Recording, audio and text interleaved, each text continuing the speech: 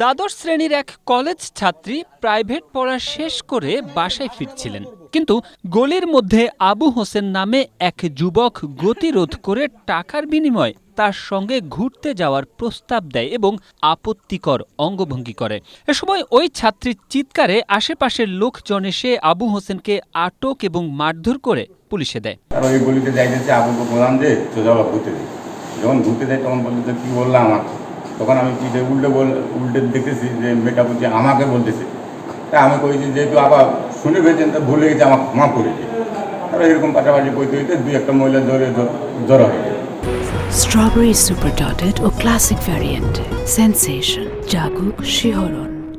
পঞ্চগড় সরকারি মহিলা কলেজের উত্তর গেটের একটি গলিতে এই ঘটনা ঘটে। ভ্রাম্যমাণ আদালতে যুবক আবু হোসেনকে হাজির করা হলে বাদীর অভিযোগ, আসামির স্বীকারোক্তি ও সাক্ষীদের সাক্ষ্য গ্রহণ শেষে বিচারক তাকে 1 বছরের বিনাশ্রম কারাদণ্ড, 5,000 টাকা জরিমানা, অনাদায়ে আরও 1 মাসের বিনাশ্রম কারাদণ্ড প্রদান করেন।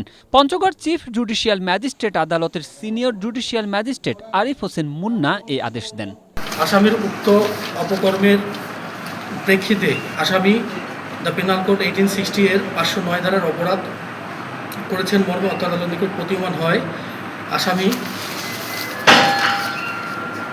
মোহাম্মদ আবু হাসান, বয়স 30, পিতা জহিরুল ইসলাম, সাং ডুডুমারি, 3 নং সদর ইউনিয়ন, থানা পঞ্চগড়কে পেনাল কোড 1860 এর 509 ধারার অভিযোগ গঠন করা হলো এবং আসামিকে 1 বছরের বিনাশ্রম কারাদণ্ড এবং 5,000 টাকা জরিমানা, অনাদায়ে 1 মাসের বিনাশ্রম কারাদণ্ড প্রদান করা হলো। Desk report, Asia post.